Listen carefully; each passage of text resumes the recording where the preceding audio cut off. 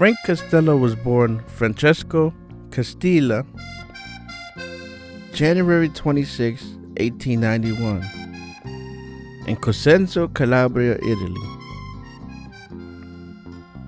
In 1985, he came to America with his mother and brother to join their father in East Harlem, New York.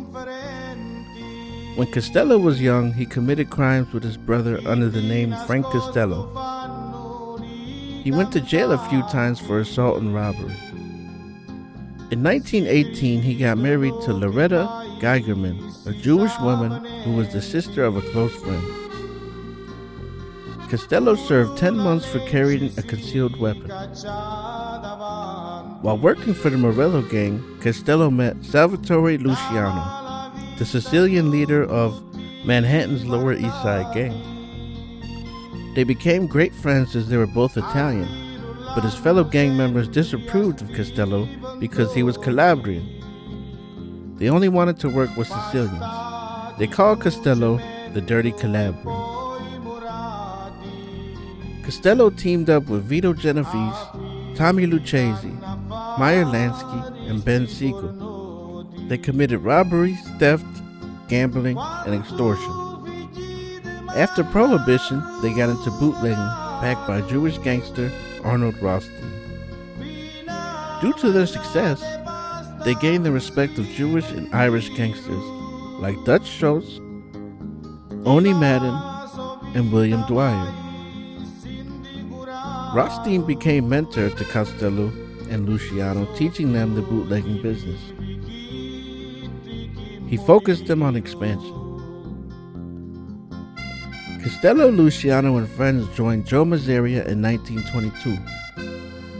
By 1924, Costello was rum running with Dwyer and Madden. In 1925, he became a U.S. citizen.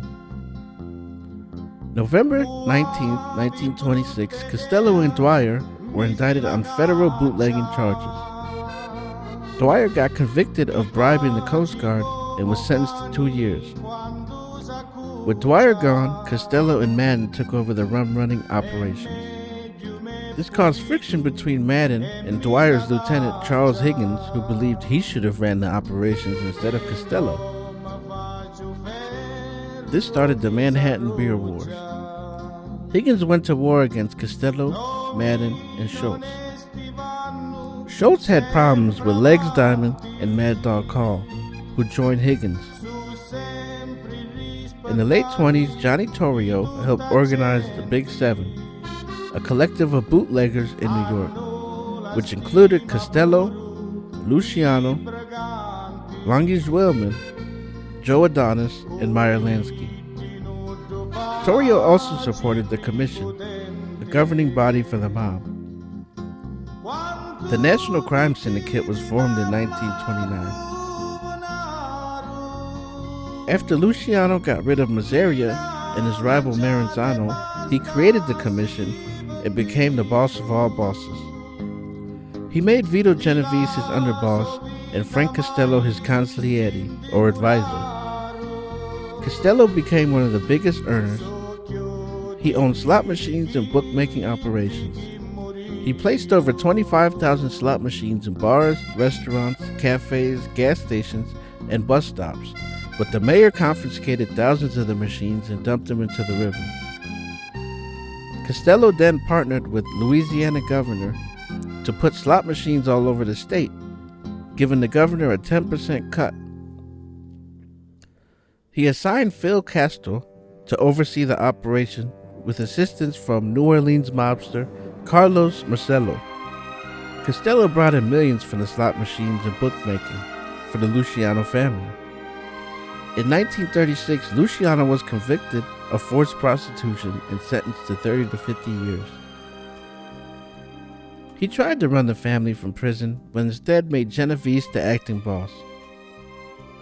In 1937, Genovese fled to Italy to avoid murder charges, and Costello became the acting boss. Costello made his cousin Willie Moretti his underboss. Genovese returned to the U.S. in 1945 after the murder charges were dismissed. Genovese tried to convince Luciano to be former boss and let him run everything, but Luciano denied and kept Frank and Willie as boss and underboss.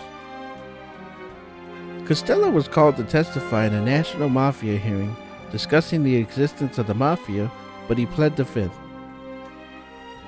Willie Moretti was killed during the hearing because he had advanced syphilis and the commission feared he would rat.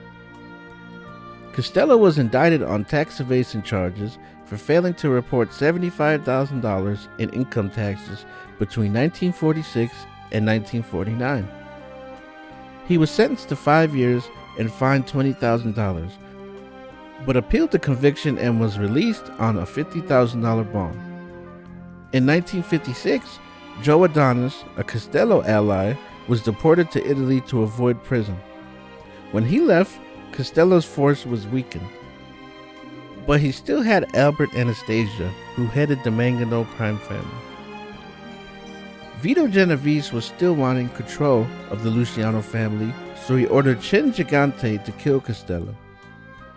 Gigante ambushed Costello outside of his apartment and shot him in the head and fled, but Costello was only grazed. Costello, old and shaken up, retired and left the family to Genovese. Chin was indicted on attempted murder charges, but Costello refused to testify, leading to Chin's release.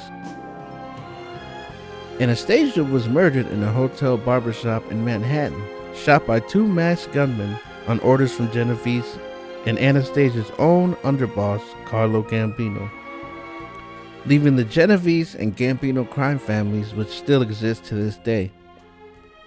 Genovese was set up by Luciano and Gambino, leading to a 15-year jail sentence.